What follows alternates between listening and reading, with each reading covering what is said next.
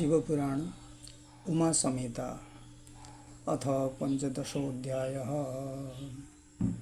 ब्रह्मांड दान की महिमा के प्रसंग में पाताल लोक का निरूपण।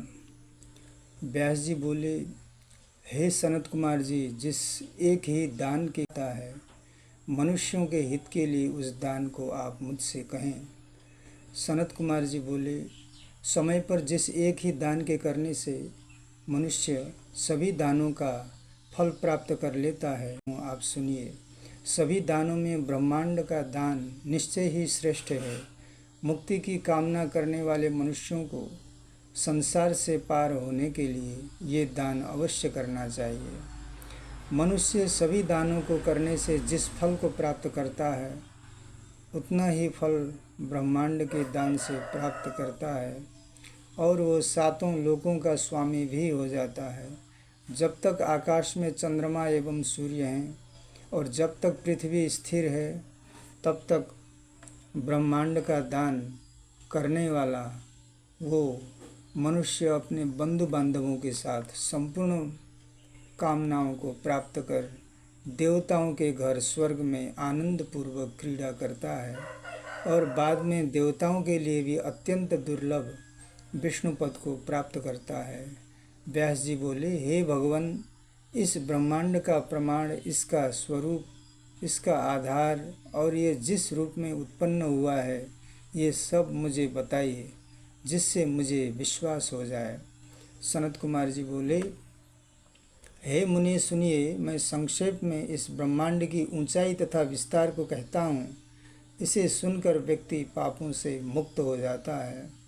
इसके कारणभूत अव्यक्त, व्यक्त तथा निर्विकार जो शिव हैं, दो भागों में अर्थात प्रकृति तथा पुरुष के रूप में विभक्त हुए, उन्हीं काल स्वरूप से ब्रह्मा जी उत्पन्न होते हैं।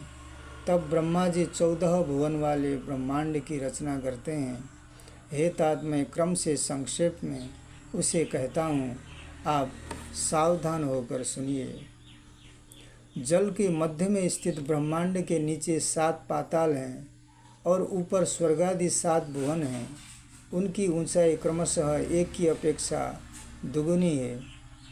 संपूर्ण ब्रह्मांड के आधार शेषनाग हैं, उन्हीं को विष्णु कहा गया है।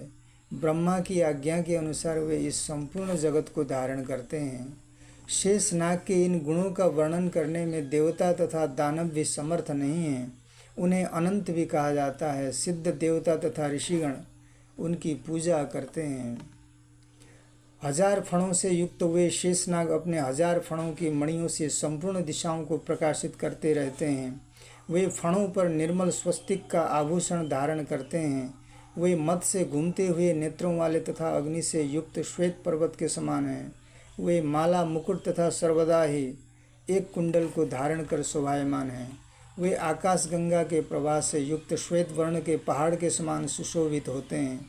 मद से परिव्याप्त वे नील वस्त्र को धारण कर दूसरे कैलाश पर्वत की भांति शोभित होते हैं।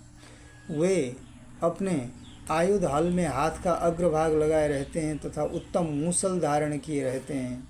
स्वर्ण के समान वर्ण वाली नाग कन्याएं आदरपूर्वक उनकी पूजा करते हैं। वे संकर्षण नाम के रुद्र विषाग्नि की ज्वालाओं से अत्यंत दीप्यमान हैं। कल्प के अंत में उनके मुखों से अग्नि की लपटें बार बार निकलती हैं, जो तीनों लोकों को भस्म करके ही शांत होती हैं, ऐसा हमने सुना है। सभी गुणों से अलंकृत तथा सभी प्राणियों के स्वामी वे शेष अपनी पीठ पर क्षितिमंडल को धारण करते हुए पाताल के मूल स्थान में स्थित हैं।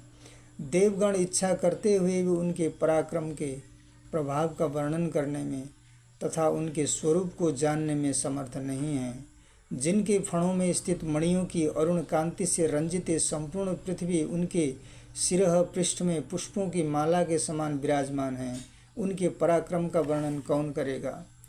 जब मद से घूर्णित नेत्र वाले शेषनाग जी जम्भाई लेते हैं, तब पर्वत, समुद्र तथा वनों सहित ये पृथ्वी डगमगा जाती है। हे मुनिश्रेष्ठ, प्रत्येक पाताल 10,000 योजन विस्तार वाला है। अतल, वितल, सुतल, रसातल, तल, तलातल एवं 7वां पाताल माना गया है। विद्वानों को पृथ्वी के नीचे स्थित इन 7 लोकों को जानना चाहिए। इनकी ऊंचाई एक दूसरे से दुनी है। इन सातों लोकों की भूमियाँ स्वर्णमय हैं तथा भवन रत्नमय हैं और आंगन भी स्वर्णमय हैं।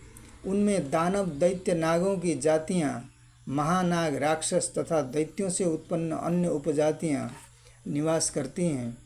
उन पातालादि लोकों से लौटकर स्वर्ग आए हुए नारद जी ने स्वर्ग की सभा में ऐसा कहा था कि ये पाताल स्वर्ग से भी अधिक रमणीय हैं, जहाँ विविध प्रकार के आभूषणों में विभूषित करने वाली स्वच्छ एवं कांतिमय मणियाँ लगी हैं। उस पाताल के समान कौन लोक है? दैत्य कन्याएं एवं दानव कन्याएं जिस पाताल लोक में इधर उधर शोभायमान हो रही हैं, उस लोक में निवास के लिए किस मुक्त पुरुष की अभिरुचि नहीं होगी? यहाँ दिन में सूर्य की तथा रात में चंद्रमा की किरणें नहीं होती हैं और यहाँ शीत तथा आतप भी नहीं रहता है। यहाँ केवल मणियों के तेज विद्यमान हैं। हे मुनिश्रेष्ठ, यहाँ आनंदमग्न लोग भक्ष्य भोज्य अन्नपान आदि ग्रहण करते हैं। यहाँ बीते हुए समय का ज्ञान भी नहीं रहता है। हे द्विज, यहाँ नर कोकिलों का शब्द सुनाई देता है। कमल तथा कमलों की खान नदियाँ, रमणीक सरोवर, मनोहर वस्त्र, अतिशय मनोरम अलंकार तथा अनुलेपन, वीणा वेणु मृदंगों की ध्वनियाँ, गीत तथा नानाविध सुख हैं, जिनका भोग दैत्य दानव सिद्ध मानव एवं नागगण करते हैं। उस पाताल का आनंद बहुत बड़ी तपस्या से प्राप्त किया जाता है।